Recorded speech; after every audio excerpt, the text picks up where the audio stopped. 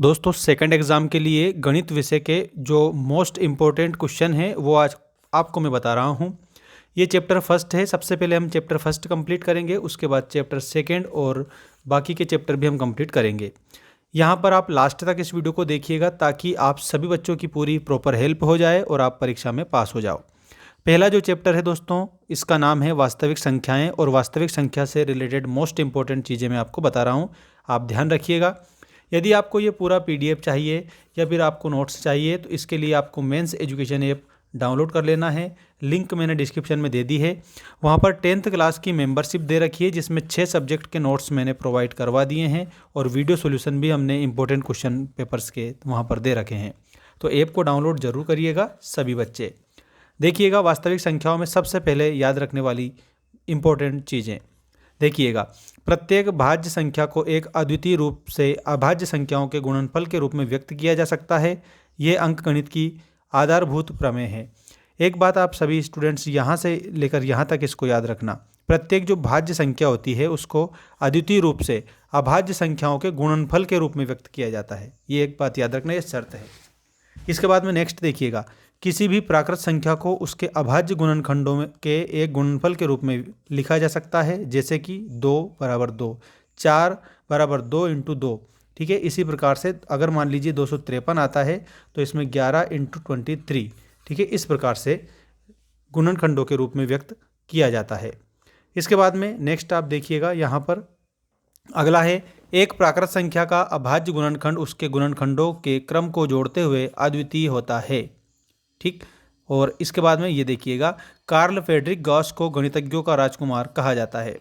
अगर आपसे क्वेश्चन पूछा कि गणितज्ञों का राजकुमार किसे कहा जाता है तो कार्ल फ्रेडरिक गॉस आप इसमें याद रखेंगे सभी स्टूडेंट्स। ठीक है, यानी कि आप ये जो क्वेश्चन है अच्छे से सीखेंगे। अब देखिएगा, संख्याओं में प्रत्येक उभयनिष्ठ अभाज्य गुणनखंड की सबसे छोटी घात गुणनफल महत्तम समावर्तक HCF कहलाता है। ये HCF की परिभाषा है, अगर आपसे HCF की परिभाषा पूछे तो 12, 15 और 21 का जो हाईएस्ट कॉमन फैक्टर है वो निकाला है। देखिएगा 12 सबसे पहले 2 गुणा 2 गुणा 3 बराबर में लिखा है 2 का स्क्वायर इंटू 3। ठीक है, और इसी प्रकार से 15 तो 3 इंटू 5।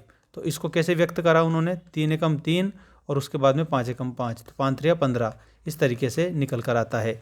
ठीक है, और इसी प्रकार से 21 तो 3 इंटू 7, तो 3 इंटू 7 यहाँ पर उन्होंने कर दिया है और ऐसे ही आप लोगों को करना रहेगा। ठीक है, 7 या 21 तो 21 आ जाता है, यानी कि गुणा का जो है ये गुणनखंड की जो छोटी घात है गुणनफल महत्तम समवर्तक होता है।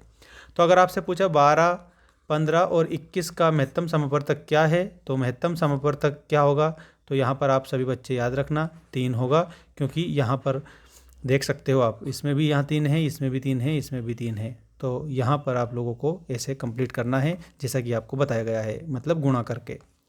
इसके बाद में नेक्स्ट देखिएगा, संख्याओं में संबद्ध प्रत्येक अभाज्य गुणनखंड की सबसे बड़ी घात का गुणनफल लघुत्तम समवर्त LCM कहलाता है। ठीक है, ये LCM निकालने की जो परिभाषा है यहाँ पर दे रखी है। तो यहाँ देखिएगा 6 बराबर दिया है तो 2 इंटू 3। ठीक है, तो 3 दूनी 6, इसमें भी गुणा होता है। यहाँ पर बड़ी जो संख्या है उस बड़ी घात का याद रखना आप सभी बच्चे। ठीक है, तो यहाँ इस तरीके से होता है ये, और यहाँ 6 20, तो ये 20 को तोड़ा 2 इंटू 2 इंटू 5। ठीक है, तो 2 गुणा 5, एक तो 2 है, दोनों में से एक कॉमन ले लिया और एक 5 है, तो 5 दून 10।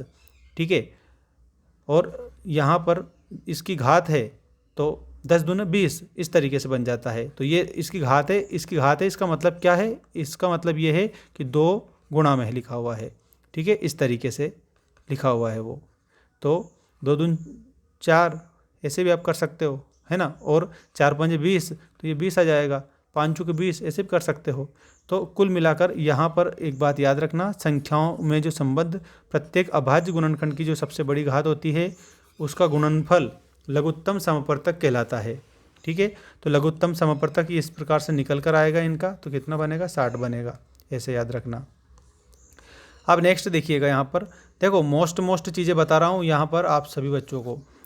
किसी प्राकृत संख्या n के लिए संख्याएं 4n और 6n संख्या अंक शून्य पर समाप्त नहीं होगी, क्योंकि 0 शून्य पर समाप्त होने वाली संख्याएं हैं, 5 से विभाज्य होती है, ये संख्याएं 5 से विभाज्य नहीं है। देखो ये तो इम्पोर्टेंट है नहीं इतना, लेकिन ये जो बता रहा हूँ इसको आप ध्यान रखना। किन्हीं दो घनात्मक पूर्णांकों ए और बी के लिए HCF A B into LCM A B बराबर तो ए इंटू बी होता है, तो इसमें ए इंटू बी आंसर आता है। ठीक है, अगर ये वाला आपको दे देते हैं तो इसका आंसर ए इंटू बी होता है, ये बात आप याद रखना। इसके बाद में देखिएगा यहाँ पर ये मोस्ट इंपॉर्टेंट है, इसमें सारे में से एक ना एक प्रश्न 100% आएगा, 100% पूछते हैं हर बार। कर्णी पी अपरिमेय संख्या है, जहाँ पर कर्णी पी एक अभाज्य संख्या है। अब देखो कर्णी पी क्या है, अपरिमेय संख्या, एक बात तो ये याद रखना। ठीक है, और एक अभाज्य संख्या भी है। तो यहाँ पर 2, 3, 5, 7, 11, 13 और 17 जो रूट में आपको दिए, कर्णी 2, कर्णी 3, कर्णी 5, कर्णी 7, कर्णी 11, कर्णी 13 और कर्णी 17, ये अपरिमेय संख्याएं हैं। मतलब इनमें से अगर कोई सी भी संख्या वो आप लोगों को दे दे तो आपको याद रखना है कि ये अपरिमेय संख्या है। ठीक है, अपरिमेय संख्या है, ये बात आप सभी बच्चों को अच्छे से याद रखनी है। ठीक है, इसके बाद में नेक्स्ट देखिएगा अगला, इसमें क्या दिया है उसको थोड़ा ध्यान रखिएगा। एक परिमेय संख्या और एक अपरिमेय संख्या का योग या अंतर अपरिमेय संख्या होती है। अब ये खाली स्थान में पूछते हैं। ठीक है, ध्यान रखना, यहाँ पर 3 + 4 कर्णी 5 ये भी अपरिमेय संख्या है, और 2 - कर्णी 5 ये भी एक अपरिमेय संख्या है। अब एक बात समझो, यहाँ पे एक परिमेय संख्या और एक अपरिमेय जो संख्या होती है ना, उसका योग मतलब प्लस, क्या प्लस या फिर माइनस अंतर एक अपरिमेय संख्या होती है। ये बात आपको याद रखना है। तो आपसे अगर पूछा ना तो आपको ये जो है ना खालिस्तान में दे देंगे। ठीक, इस तरीके से याद रखना इसको। अगला है एक शून्येतर परिमेय संख्या और एक अपरिमेय संख्या का गुणनफल भागफल एक अपरिमेय संख्या होती है, एक ये बात भी याद रखना। ठीक है, इस प्रकार से ये पूछ सकते हैं। अब इसके बाद में सेकंड जो चैप्टर है ना, सेकंड चैप्टर ये आपका स्टार्ट हो चुका है। सेकंड चैप्टर के जो क्वेश्चन है मैं आपको बताऊंगा नेक्स्ट वीडियो में।